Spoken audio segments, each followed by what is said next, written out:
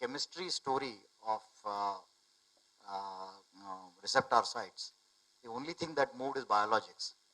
Stem cells have gone nowhere, frankly. They've made some advancement, but it's not turned out to be great science in the end.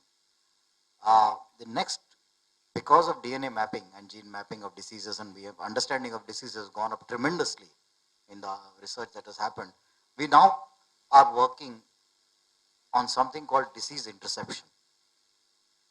And this is the new frontier of science, and Johnson & Johnson is probably far ahead of everyone in thinking around it. What is disease interception? Disease interception is because of certain markers and understanding of genes and your DNA, the way you are structured, you have a prognosis on a disease. And therefore, if you have prognosis on a disease, what can you do to prevent it, prolong it? And let's take an example. Let's take an example, a couple of examples. One is, there is a disease called post-traumatic stress disorder.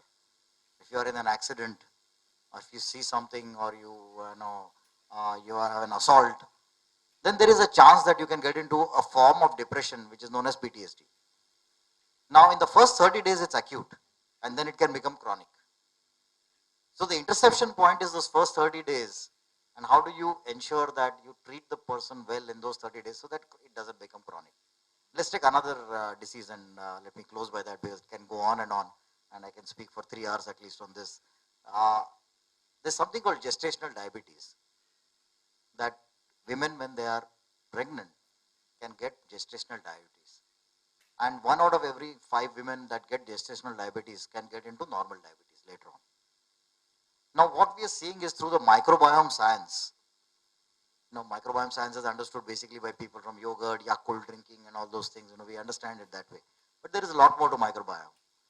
And from the gut, understanding of the gut and science of gut, that if certain levels of microbiomes are given during the gestational period, not only we can avoid gestational diabetes, but there can be no diabetes, even if gestational diabetes happens later on. So this is where the science is going. And we are at that cutting edge trying to understand these diseases. There are quite a few diseases where we are working on as a company to build prevention as something which is very, very important for us, and counterintuitively get into a different business than what we are in today.